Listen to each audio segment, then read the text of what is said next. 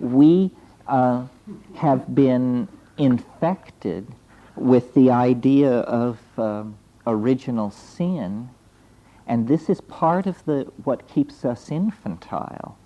We actually believe, I think, every single one of us at some level, that we are flawed, unfit. And this is paralyzing because if we start talking about redesigning human nature, people say, oh, wow, this is what Hitler was talking about. As soon as you start redefining human nature, you redefine it worse. The beast returns. It means, we have no faith whatsoever, and we believe, that the given situation is the best of all possible worlds, is what that's saying. And I don't believe that. I agree there have been horrendous misapplications of the wish to redesign human nature. But on the other hand, the style which lets it just develop like an untended, weedy lot has produced a fairly weedy lot of leaders with no great apparent commitment to the salvation of the human race either. What it comes down to is responsibility. Politics without responsibility is fascism. And politics responsibly practiced is, the only other option available. All this goes back to this theme of the primacy of experience, recapturing the primary importance of yourself, first of all, and then your affinity group, the people around you. McLuhan said that this would happen naturally, and from what I see over the past few years, it seems to me this is so, that he called it electronic feudalism, and said that the nation-state would dissolve under the impact of electronic media.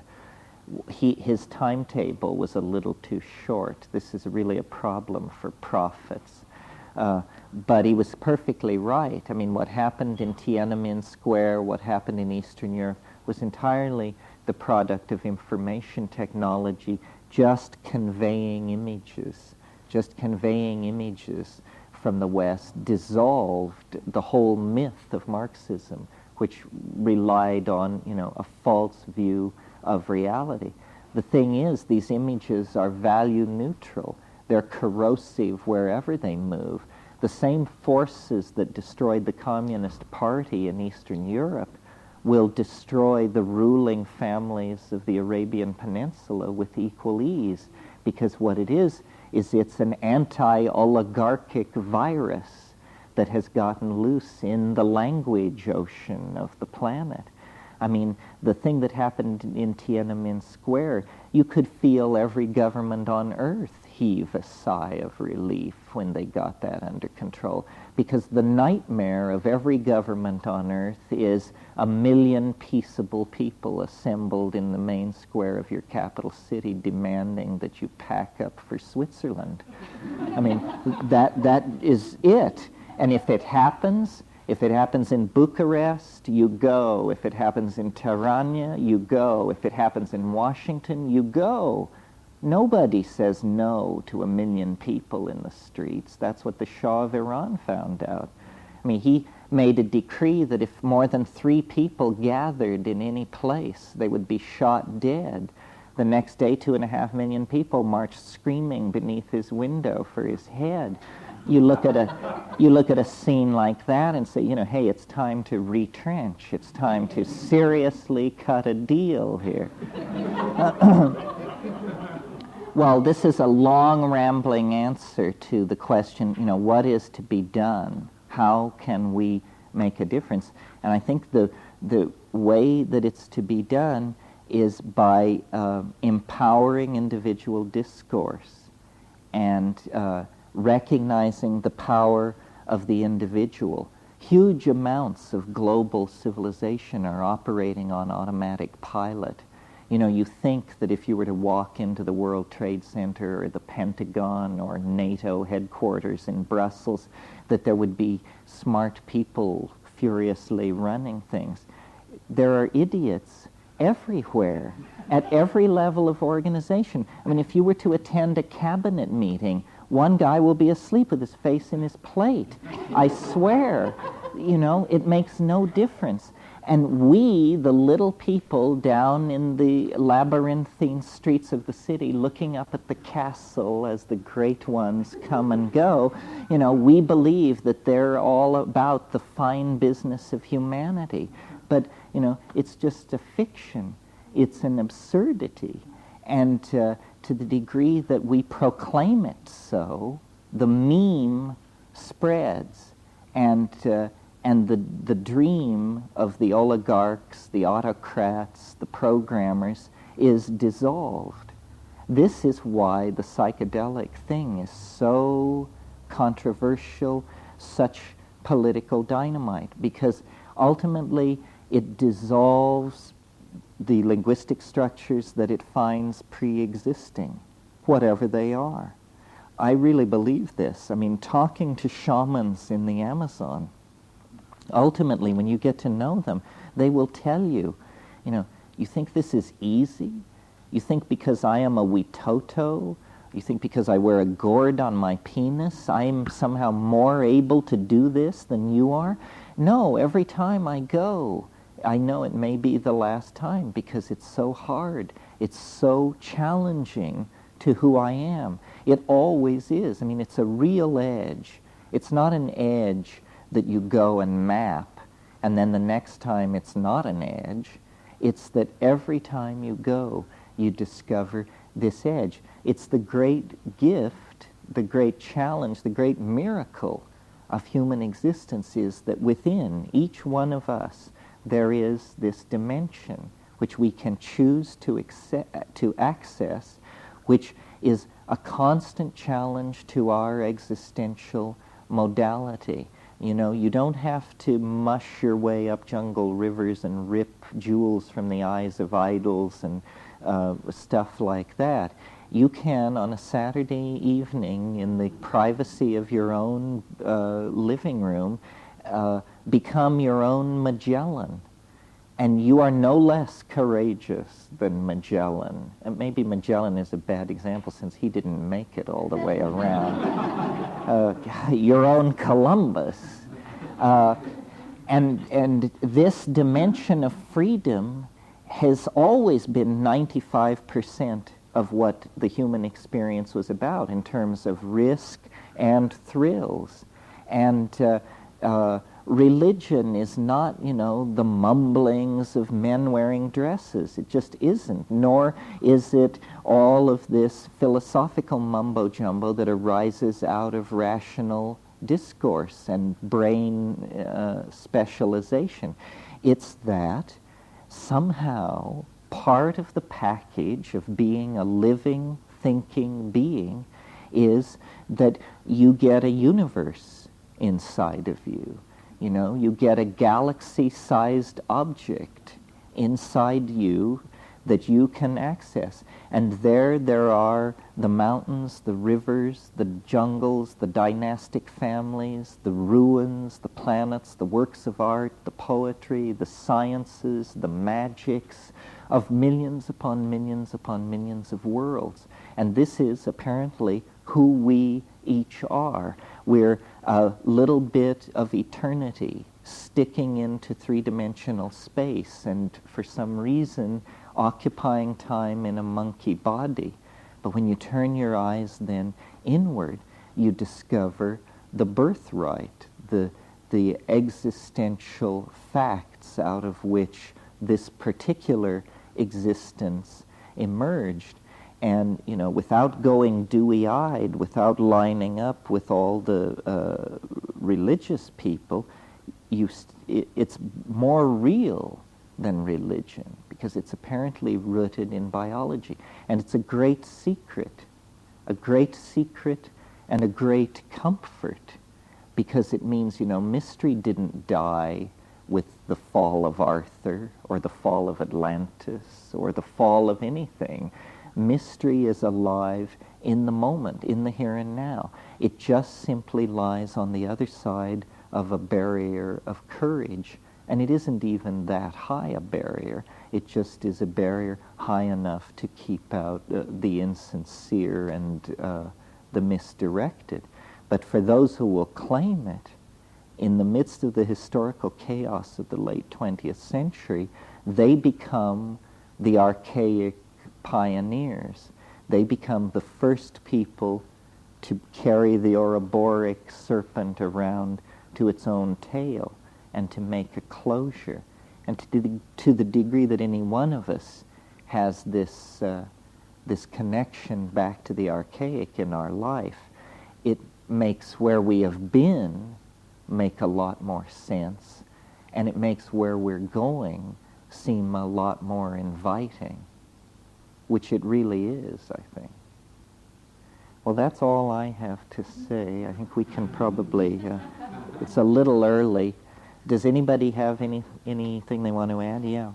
We've been talking about the ego a lot and its dissolution and breaking through the boundaries of it.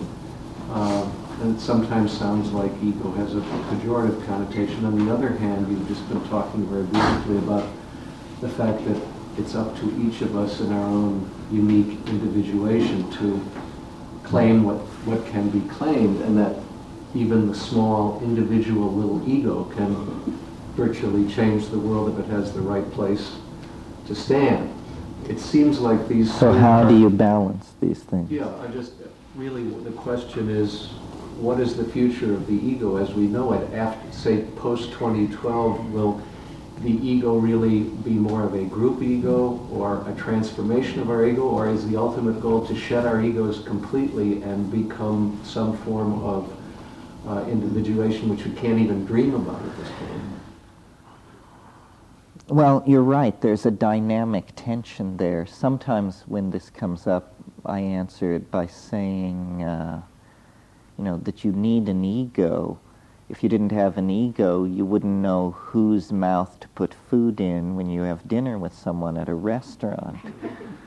So ego is necessary to keep straight whose orifices are whose, and that's the main function of ego. But then, there is a deeper level to it. Somehow, the way I imagine it is that the ego is, the correct expression of ego is when there is ego present, but it is perceived as Tao. In other words, Tao is this state where you just go along and somehow get along. And ego is a state where you're somehow pushing the river, and that's how you get along. I think the ego of the future will be much less possessive, and that it's the possessiveness, the projection of the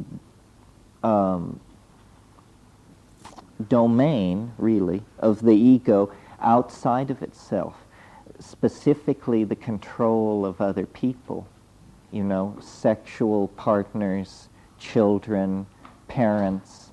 The way I imagine this pastoral situation of 12 or 15,000 years ago to work was people simply had group values because the children were group owned. And that made such a tremendous difference in how the society imaged itself. People lived for the group, and at the core of the group were the children. And people always put them first. So everyone identified with the children. Everyone was willing to face risk to preserve the core of the younger gene pool, and that was what made the difference. This concern for male paternity is really a poisonous factor. And see, when you look at primatology generally, it's pretty clear that as a group of species, primates do tend to male dominance. That even the apes and the squirrel monkeys and the New World primates, in the wild, there's usually an alpha male that's dominant. So this symbiosis between human beings, cattle, and psychedelic plants that allowed the feminine to emerge was something that was emerging against the grain of primate organization. So really what has happened is we have returned to a more animal kind of existence. We are more like beasts than the people of 10, 15,000 years ago, because they were using psychedelics to artificially, you could say, or pharmacologically inflate feminine values. And this allowed them to become civilized people. I mean, I have a somewhat elaborate theory about this, but I think that women are responsible for the emergence of language, because I think that the division of labor that we know went on very early because of the male's larger body size in the upper half of the body, that the males tended to specialize toward hunting. Hunting puts a premium on physical strength and stoicism, meaning sitting a long time with your mouth shut. And then you have a limited number of commands. The women, and bladder control is very important, where women fail that test.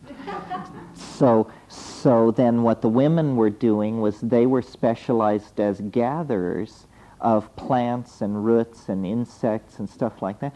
Well, this is a tremendous pressure to develop descriptive taxonomy, because gathering is the art of descriptive taxonomy. You want to know that you want, the little bulbous root with the yellow flowers that grows down between the shattered granite boulders near the creek. It's all language, language, language. And the pressure is life and death. If you eat the wrong plant, you become very sick, or you abort your fetus, or you die. So those who were well able to describe the objects of the hunting gathering, of the gathering side of the economy, were quickly outbred those who weren't.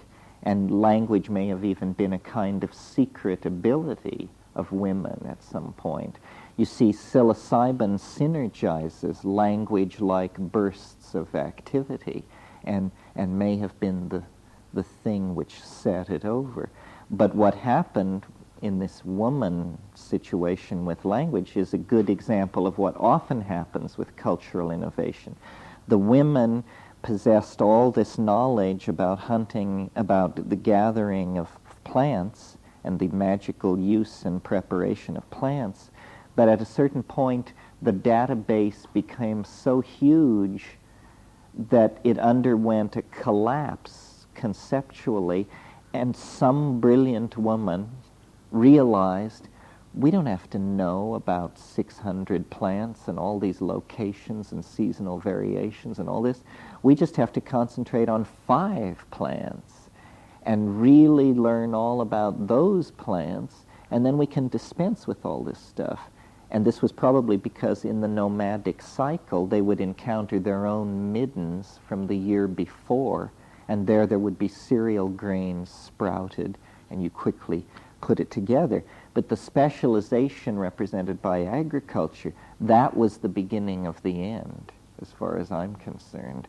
Because at that point, there was retraction away from nature. It was no longer about letting nature guide you to gather and find what you needed. It was a kind of paranoid, a kind of rip-off attitude. It was, let us exploit these 5 plants. This means tilling the ground. It means the end of nomadism, because now we're going to settle in one place, and we're going to redirect the flow of water, and we're going to become agriculturalists. It's an entirely different psychology. Weston LeBar said that psychedelic shamanism died when it became important to get up in the morning and go out and hoe the corn. And then people replaced the psychedelic gods with the gods of wheat and corn. The Tammuz, the corn god of ancient Babylon, then appears. And Gods of agriculture and male dominance go hand in hand.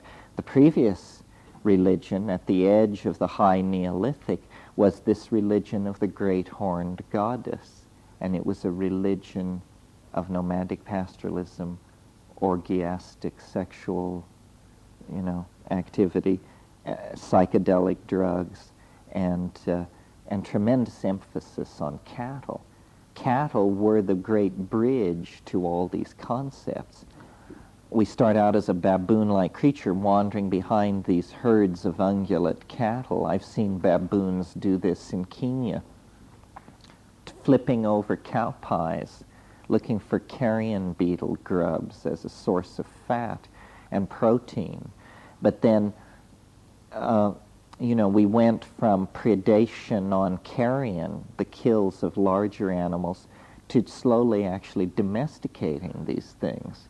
And the milk and the blood and the manure and the meat and the mushroom would all be seen to be things which came quite naturally from the cow. The cow was like this supreme feminine symbol, and all over North Africa and the ancient Middle East, you get this late Paleolithic great horned goddess. The cattle religion and the emergence of consciousness seem to go hand in hand. One time I was waiting for a load of mushrooms to come on, and it was very strong. I had sort of miscalculated, and I had gotten too much, and I could see this thing just coming at me, huge force, and I heard a voice. It was actually the Swiss air stewardess from Federico Fellini's 8½, but it was that voice, and she said, "They say it helps to lay down, cowboy." And I was amused at the time, or later when I had time to be amused, I was amused. But then I realized this mode of address, cowboy, is probably typical of the mushroom, because for 95% of its existence, most of what it's dealt with are cowboys and cowgirls, because these are the people who follow along behind the cows. These are the people who invented astrology from watching the stars. And many people, myself included, have reported the experience of looking at the stars stoned on psilocybin and having the mushroom supply dotted lines between the constellations. When you say, there it is, there's the map. Yes, pastoralists, herders, they invented the calendar from watching the horizon. And what we looked at last night was partially a calendar. It's very interesting if you want a meditation on shamanism, politics, time, and so forth, look at hexagram 49 in the I Ching, which is revolution. And you might go to this expecting a treatise on political upheaval, and it says instead, the magician is a calendar maker. He measures the seasons and sets them right. And it's this idea of reconstruction of time. The message that I get out of the psychedelics is that we need to reframe the largest frames in our linguistic cosmology. Means reformation of the calendar, reformation of language, that we cannot evolve any faster than the languages that we are imprisoned within. We are linguistic creatures somehow. And so we need strategies, catalysts, enzymes, whatever it is, practices that force the evolution of language along conscious lines. If we don't do this, the old styles of thinking, the old concepts are just going to pull us down. Well, to my mind, that this makes psychedelics central to any political reconstruction, because psychedelics are the only force in nature that actually dissolves linguistic structure, lets the mechanics of syntax be visible, allows the possibility for the introduction, rapid introduction and spread of new concepts, gives permission for new ways of seeing. And this is what we have to do. We have to change our minds. Well, that's it. Thank you very much. I enjoyed this.